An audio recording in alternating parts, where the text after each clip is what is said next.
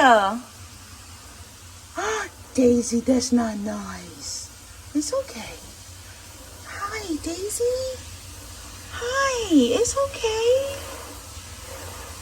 It's okay. Daisy, are you okay? Yeah. Come here. Come here, Daisy. Come here. Come here. Come here. Daisy, come here. Daisy, come here. Come here. Come here. Come here. It's okay. It's okay. It's okay. It's okay. Come here. Come here. Come here. Come here. It's okay. Daisy, it's okay. Come here. It's okay. Come here. Come here. Come here. Come here, Daisy. Daisy, come here. Come here. Come here.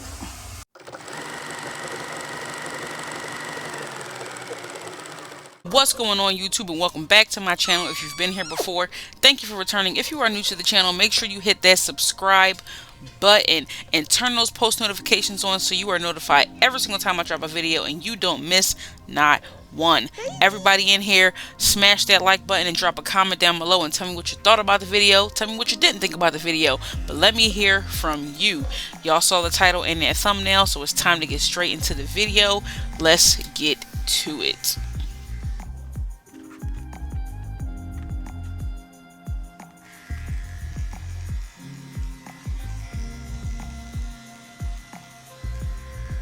Okay, everybody, today I will be working on Daisy. She is a 6-pound little Pomeranian, and we are going to be transforming her into a lion. And as you saw from the title and the thumbnail, yes, I messed up her haircut, but it wasn't this video. It was the very first time I did her. So, little backstory on Daisy. Daisy came in one time before with a prior groomer and then came in with me the last time I did her. And when the mom dropped off, I went over haircut notes. The haircut note said 1/2 inch mane. So I'm like, okay, a half inch on the mane. Got it, cool. So I ran the notes by the owner. I said, you like a 1/2 inch on the body? She said, yes. I said, so you like one length all over? She said, yep. And I could tell she was kind of nodding me off, not really paying attention. But, you know, it's what the owner says. So I'm going to do what the owner said. God forbid I leave too much hair and then it's an issue. And if I take too much off, that's an issue. So I was kind of like stuck on not knowing what to do. But she said one length all over. So that's what we went with. One length all over. Well, it came time for her to get another haircut. They went somewhere else.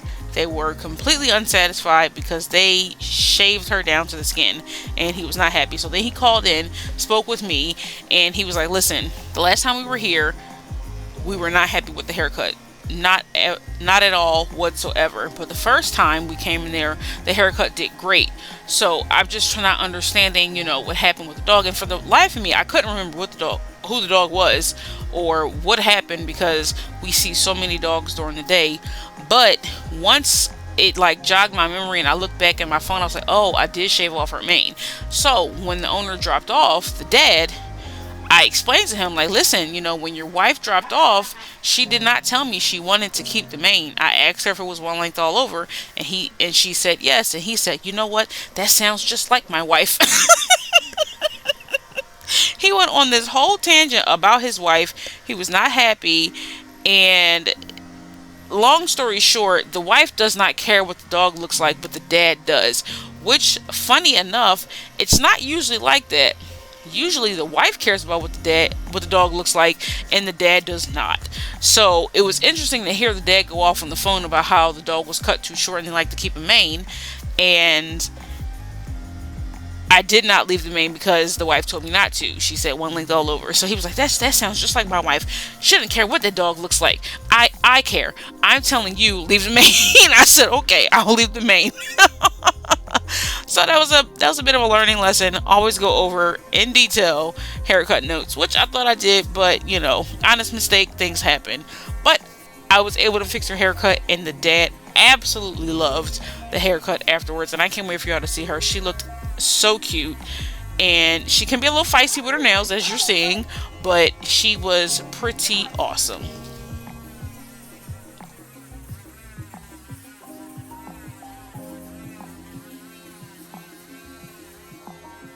So for this video, it's going to be a little bit like the last one. I'm not going to do too much talking in this video, but I am going to go in and explain what I'm doing while I'm doing it, if there's any explanation that's needed.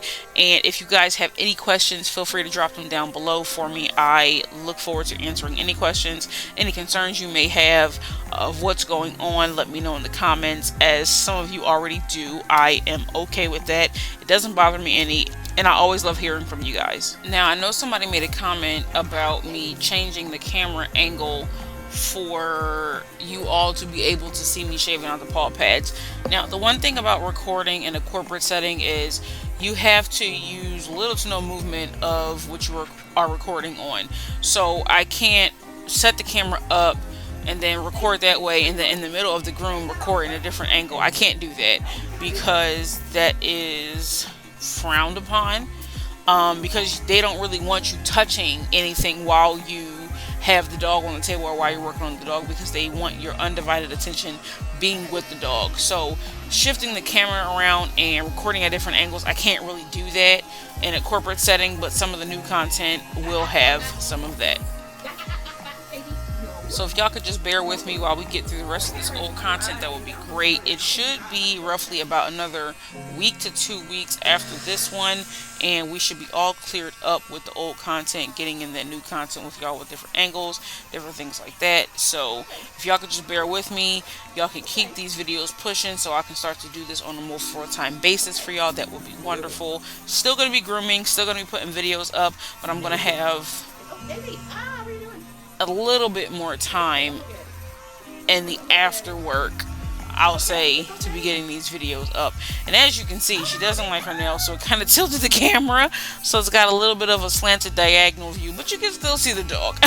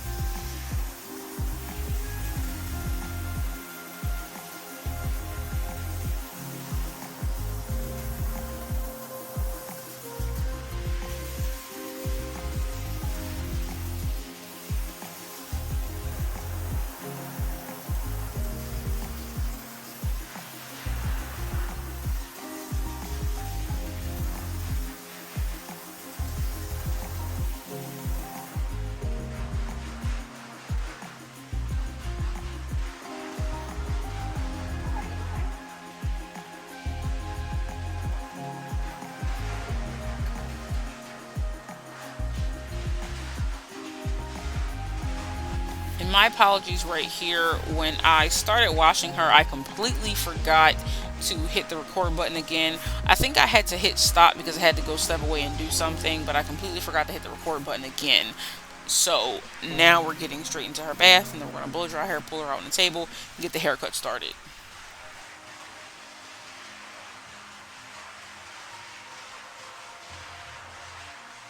So for her bath, we did an oatmeal shampoo and milk bath conditioner. And the oatmeal shampoo is just to help with some of the dry skin that she had. Her coat was a little dry. And then the milk bath conditioner is to go in and just add to the moisture that the oatmeal bath is going to do.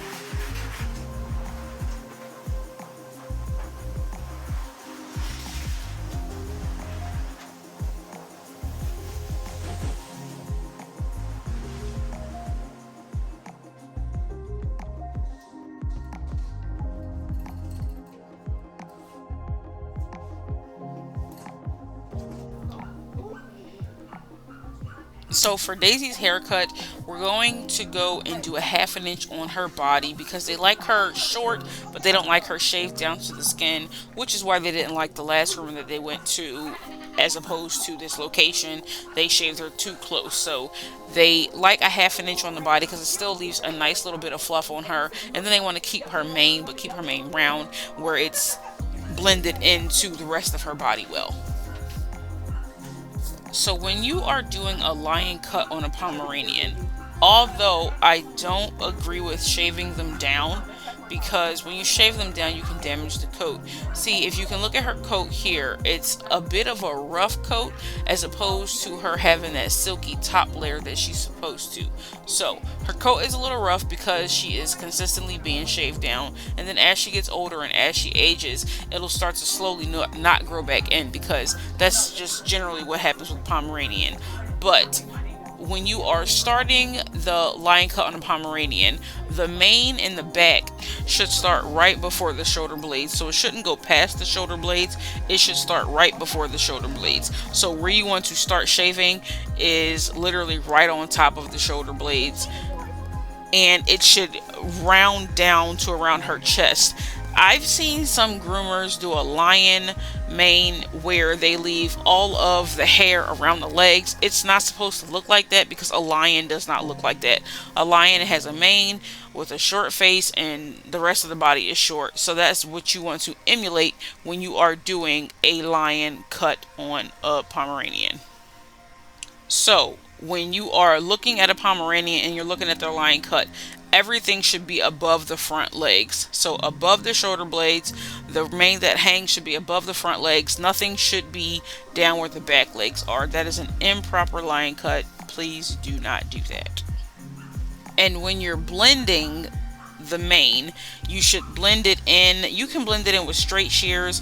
You can try curves. I personally am not a curve fan when you're blending a mane or you're blending the back of the top knot on a poodle. I forget it. Oh, the crest. That's what it's called. The crest. When you're blending the crest on a poodle or a Bichon, I don't typically like to use curves right there. I like to use straights because I like it to be a straight shot from where the body is short to where the crest is growing in. So when you are blending a mane for a lion cut, you want to either use thinning shears or use straights. And on her body, like I said, I'm doing a half an inch. So that is a 1 guard comb, not a 1 inch guard comb, but a 1 guard comb. So that is, I believe, the peach orange colored one. For those of you that look at the colors of the guard combs, some of you look at the inches or the numbers. So it's a 1 guard comb, half an inch. And I do that on her body. I also run it down her legs, and then I'll scissor her legs just to kind of even everything up, because you don't want her legs to be shorter than the body. And on the front chest, I'm making it come to almost like a V, and that'll kind of give you the lion mane look. And then once you've completed your clipper work, you want to go through and do your scissor work. So scissor work is just using, you can use your straights, some people use their curves, and just neaten up the rest of their legs, clean up their feet so they have natural feet, so they only have fur that grows in between the toenails. Everything else stays about the same length. So you want to do all of that, clean up the paw pads, nails, and then when you go through to scissor the mane, you can use thinning shears to kind of make it look more of a natural look and blend all of that in.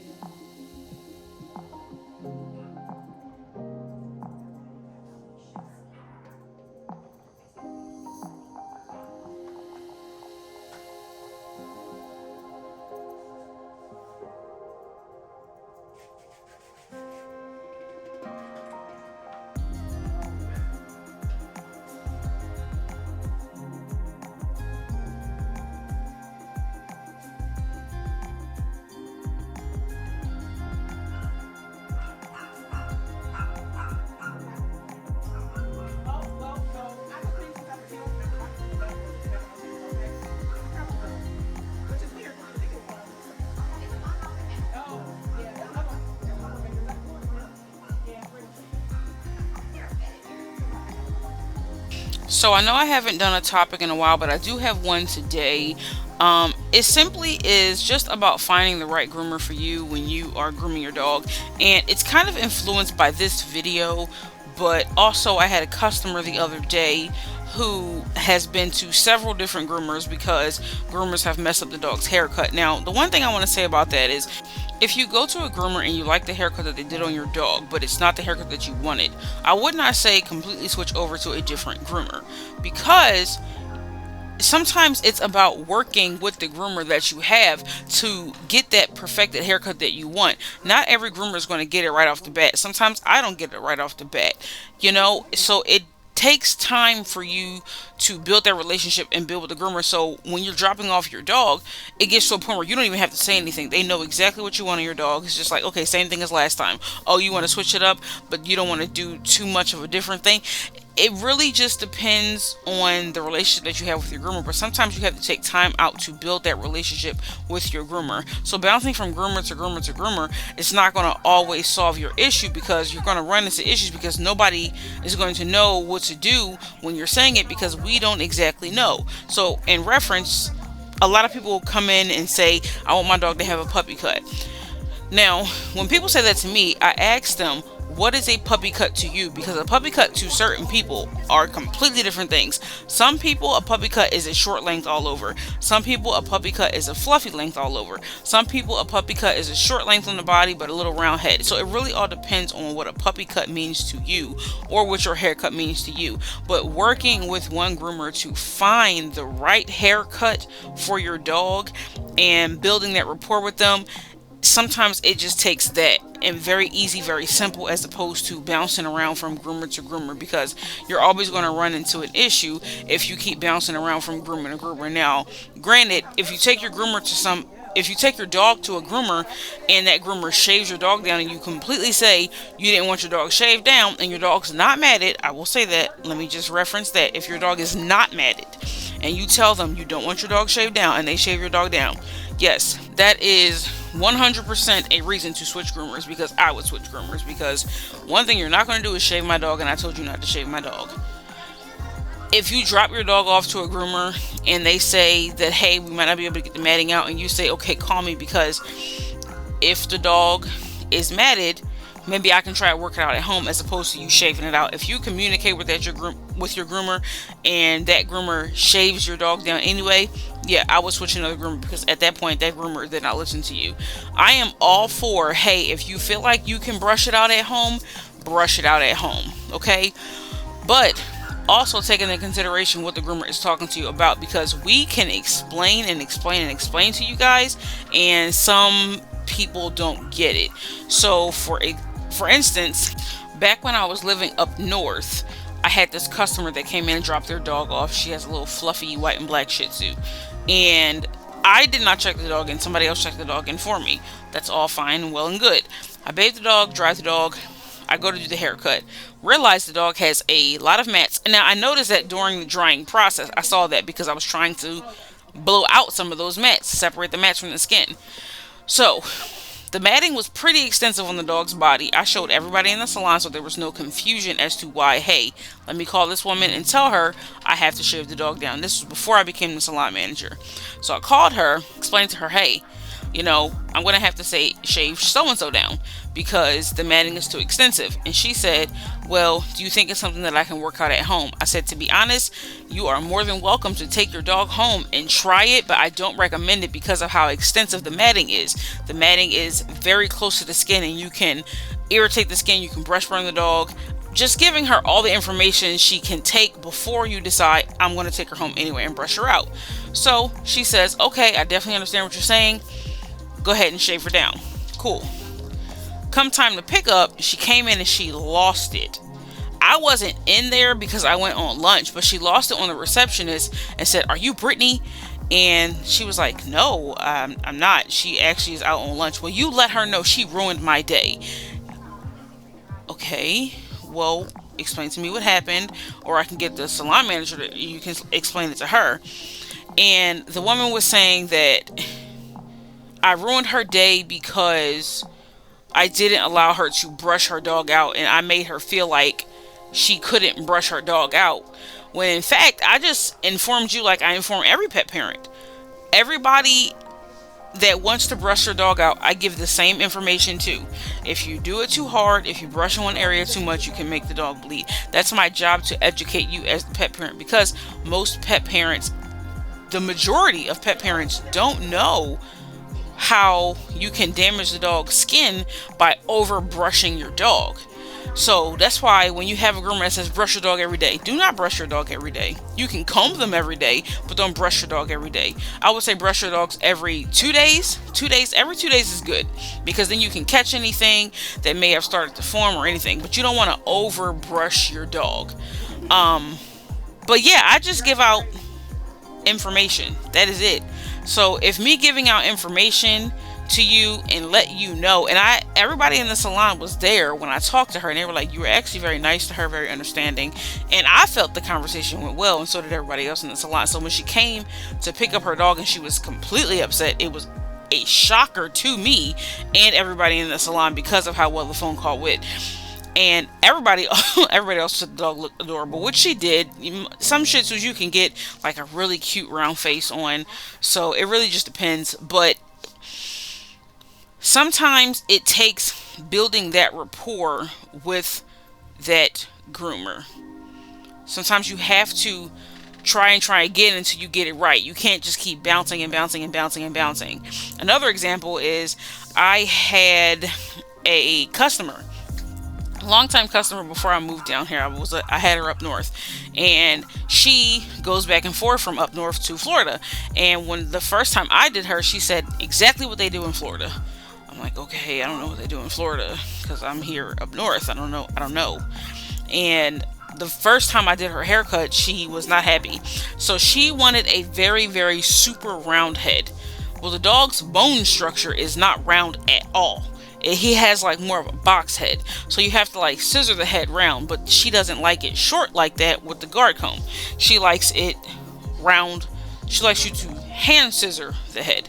So I had to learn that, but she worked with me over time. Like, okay, this wasn't it, let's try it again. This wasn't it, let's try it again. Okay, you got it, this is perfect, let's just keep doing that. And it just got to a point where we had an understanding. So when she dropped her dog off, she didn't even need to say anything. She just said, Brittany knows what to do, because I knew what to do. So sometimes it takes you to build that rapport with your groomer. Take time, work with your groomer, and let the groomer work with you and work with your dog. And it also is beneficial to your dog in the long run, being with one person. Because if you keep bouncing your dog around from one person to another person to another person to another person, your dog's not going to have any trust in anybody. Unless your dog is just super happy and just loves everybody, that's something different. But if you have a nervous dog like the dog here on camera, bouncing around from person to person is not going to help your dog. Your dog will benefit just by sticking with one person. So, all in all, big takeaway, pick one groomer, work with that groomer. If you feel like you've worked with this groomer over time, and I mean long time, like a long extended period of time, and it hasn't changed, then you can kind of go in and make adjustments, maybe find a different groomer. But 9 times out of 10, you're going to be able to work with that groomer, and you're going to come out on the benefited end.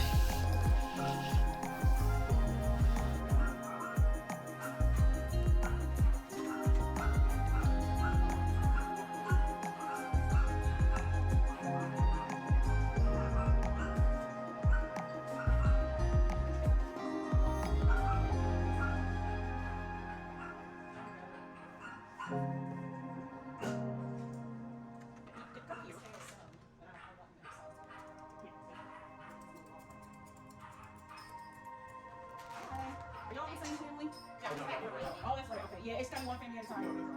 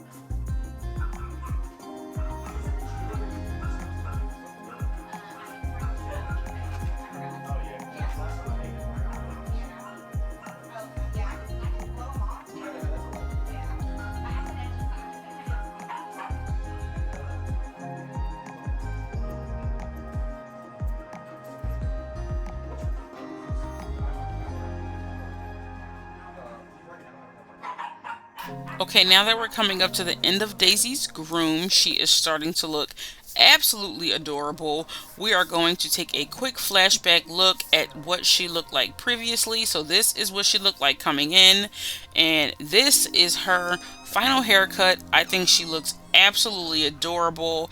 She looks like a little baby lion. She's absolutely cute. Oh my gosh.